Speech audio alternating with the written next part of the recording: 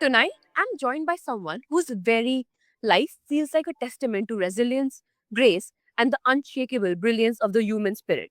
Cyndee Dhalai, a poet, writer, and guide. Cyndee has lived through chapters that most people could scarcely imagine, from decades dedicated to special education to years spent battling life threatening illness.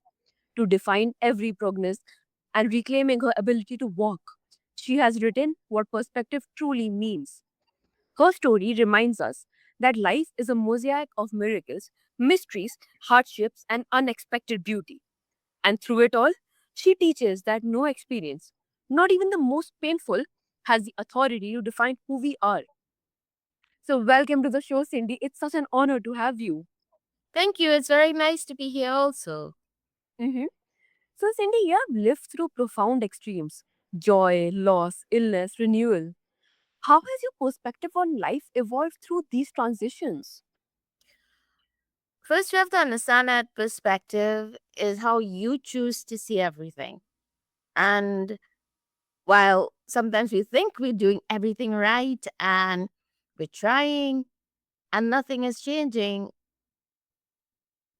sometimes all you need to do is just shift how you look at things and how you see life through your own eyes. And it's hard and it really comes with time. And it's something that you learn to do bit by bit every day. And that's what I learned to do because through everything I've been through, what I've learned is to look at the big picture, not the instances when it happened, because rarely we live life looking forward, but we learn by looking back at what has been. Mm-hmm. Yes, absolutely. And was there a specific moment when your understanding of life shifted from survival to meaning? Um, I would say there have been significant moments. Starting from when I was young, when you get told, don't do this, don't say that, you're supposed to behave a certain way, and you try, but then you see what you're being told isn't what other people are actually doing. They're just telling you what to do. So you begin to question, why am I doing this wrong? What am I doing wrong? If you're telling me one thing and you're doing something else, you get confused as a child because you don't know exactly what to do. And that happened to me. And I would, I'm a very vocal person and I tend to speak my mind. So I would ask, well, why did you do that if you told me that this is wrong? You shouldn't talk about people bad and say something and yet be nice to someone's face, whilst as soon as they leave, you're going to talk something bad about them or question everything they tell you. So that kind of had me thinking. And I said, no, if I want to be truthful, I have to actually be truthful. And if I want to believe people, then I actually have to believe what they're telling me and not what I think they might be telling me or looking at if they're hiding something. So there are moments in life when we actually do come to realization and see things differently. Mm-hmm. Yeah. And this will help listeners see how perspective deepens, not through ease, but through lived truth. Yeah, that is what happens because the thing is, we can only become or be who we would like to be if we shift our perspective. Because, yes, life is hard. Yes, we try things, we do things, and we wonder why nothing is happening and why am I struggling? And then you have to realize that in moments of pressure, uncertainty, we can't actually see what is going on. It's only when you reflect on things you see what's going on. But sometimes it is you are struggling or you feel you're struggling not because of a lack of effort, but from trying to make sense of something that you don't understand. For instance, when I got when my body got really, really ill, I didn't understand, what was happening. But what I did is instead of looking at Why did this happen? Never once did I ask why did it happen. And most people found that kind of strange. I never asked why it happened or said, God, why did you do this to me? What I did instead was I said, okay, this happens to millions of people around the world also. And children are born with illnesses they never asked for. So, what can I do with it? What can I learn from it? How am I going to handle what happened to me? Mm-hmm. Yeah, definitely. And you often speak about life as miracles and magic. How do you hold on to that sense of wonder despite years of physical suffering and uncertainty? I think if we open our eyes, we can see miracles and magic every single day. Because the fact that you wake up is a miracle. The fact that you can breathe, the fact that you can still move about. And if you just look around you, sometimes, no matter where you live, you have to wonder. I mean, how are there so many different kinds of trees? We didn't plant it, we came into a ready made world. How come the sky has all those different colors, the different shades of blue? Why isn't it just one color? Why do some clouds look fluffy and some clouds look straight? Why do the clouds gather rain? And, we all have scientific reasons for it, but when you think about it, it existed long before we were even here. So those are the miracles, you know? And sometimes miracles are very simple things that you see every single day. They don't have to be a grand gesture. And when I speak about magic, I speak about the fact that you can find happiness in even the simple things. How often do people see a little baby and that baby is laughing and playing and you get infected by their emotions? You start reacting to the baby smile and the baby movements and you're so enchanted. And that is magic. So we can find magic in even the simplest things. Magic is not a grand gesture or something that happens that it's amazing. Yes, magic can be that too, but that's only if it's on a show. But you can have magic in your life by just thinking, oh my God, you know, my baby started walking, or I got to work and the traffic was less. Those are magic. Mm-hmm. Yes, 100%. And do you think wonder is something we cultivate or something we return to after life humbles us?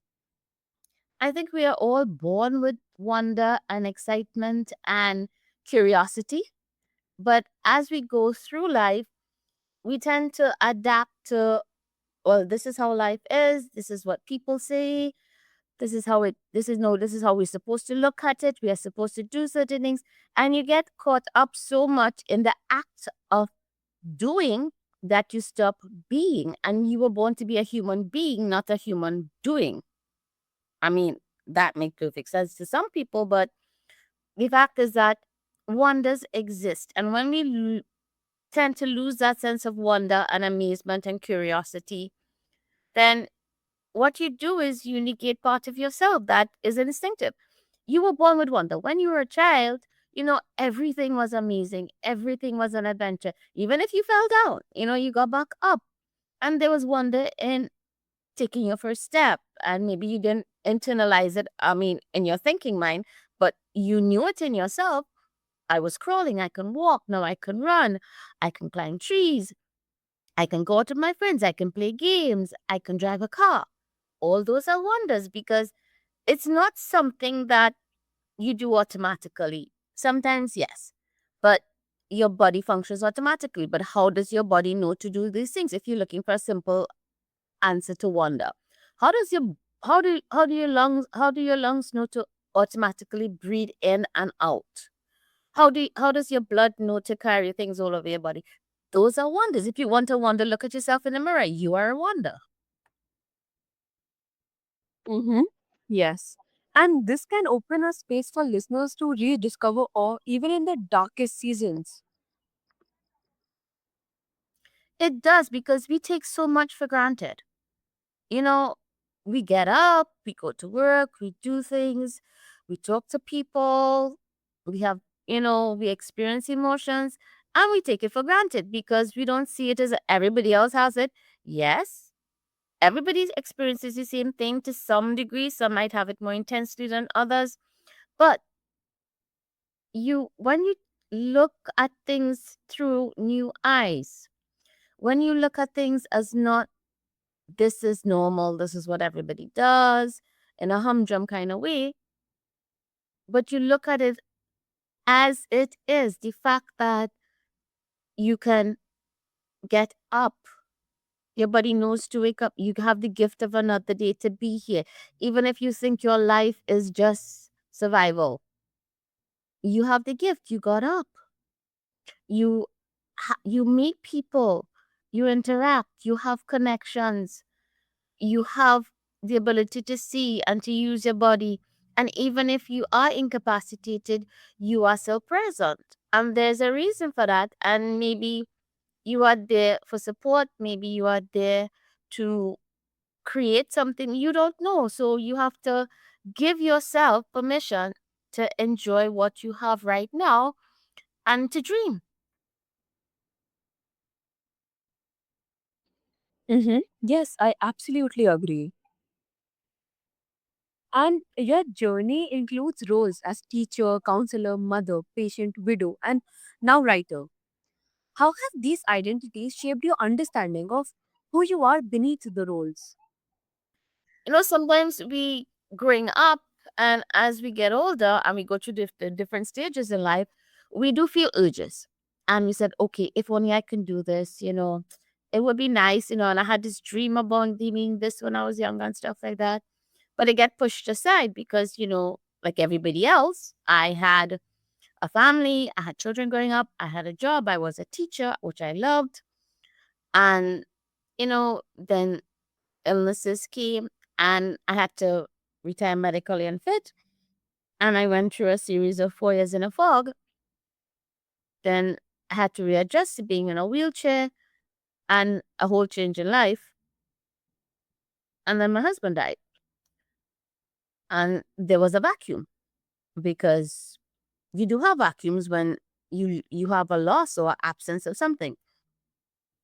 So, I was trying to figure out myself and to see, okay, there must be a reason. So what do I do now? What can I do? So I went inside myself and I said, Cyndee, what can you do? What are you good at? What can you do in this season that you are placed in right now? Because when you have a connection and when you have a certain way that your life has flowed, and suddenly everything gets turned upside down and things are gone or no longer there, you have to find a way to, well, I had to find a way to see what can I do with the time I'm still here, because I am still here, no matter the pain or the loss or the sense of being set loose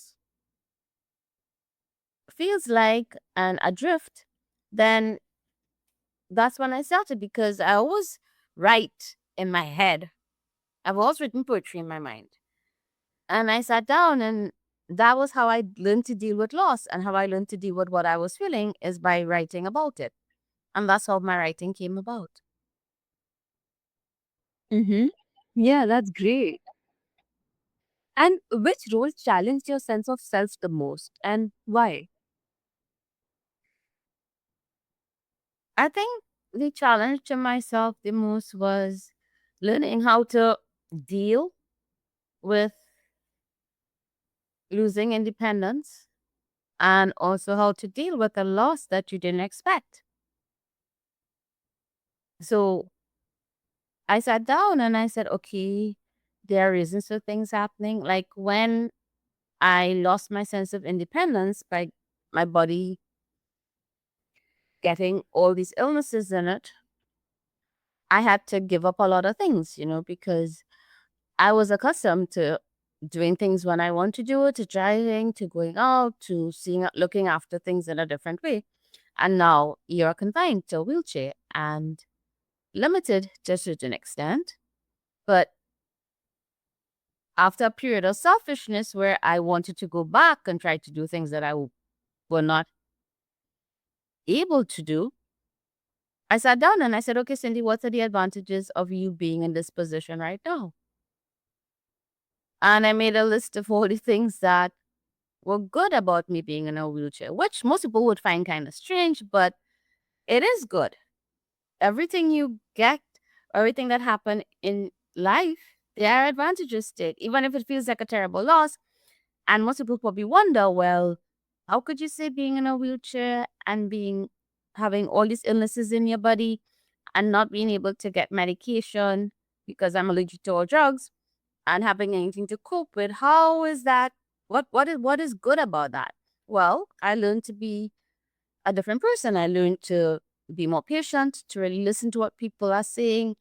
I learned to be more understanding. I learned to find other avenues.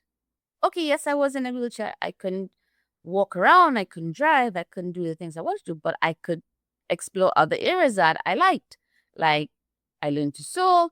I practiced cooking, and I still learn how to navigate and clean whilst in a wheelchair.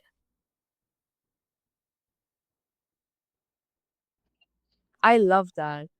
And this will offer listeners a nuanced look at identity beyond labels and expectations.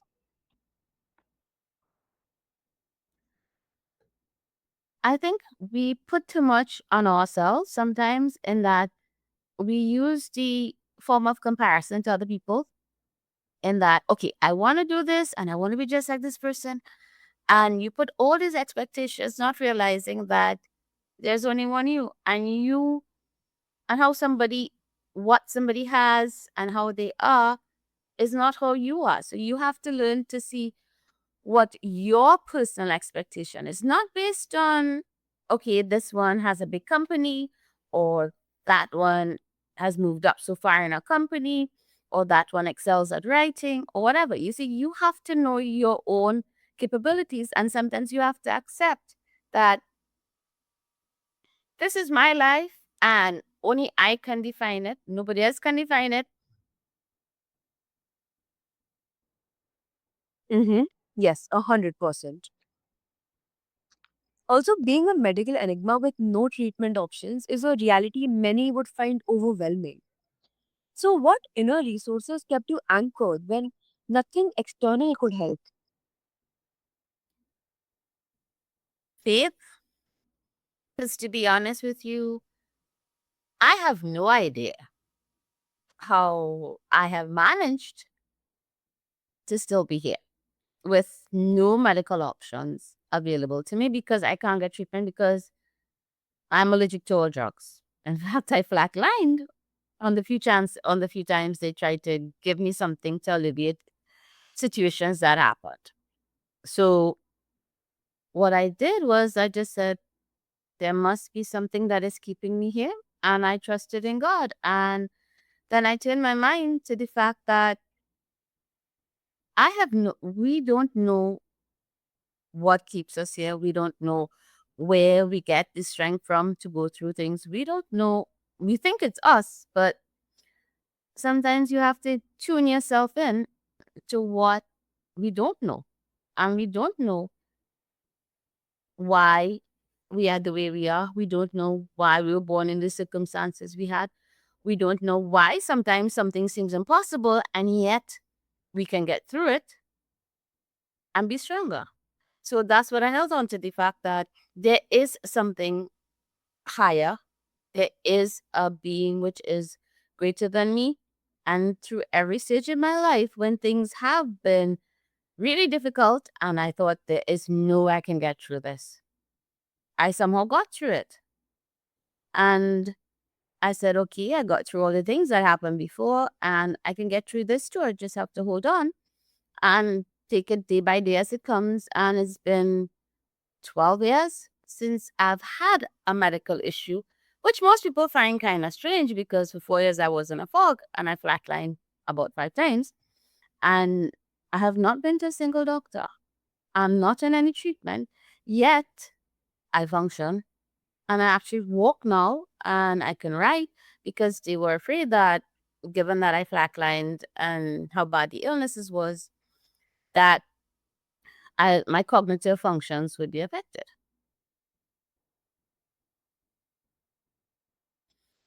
Mm-hmm. Yeah. And your insights here may offer comfort to anyone facing circumstances they cannot control. Yeah, because the thing is, sometimes you think things are too big, and then you have to realize that there is something bigger than your problems. And like you said, mind over matter is very important because I think a few people have said it. What you think, you become. And if you think there's no way and I can't do this and I give up, and maybe it's best if I just stay here and not take a risk, or maybe this is how it's supposed to be. You see, once you accept that drudgery is your life, then that's how your life is going to be, to be quite frank.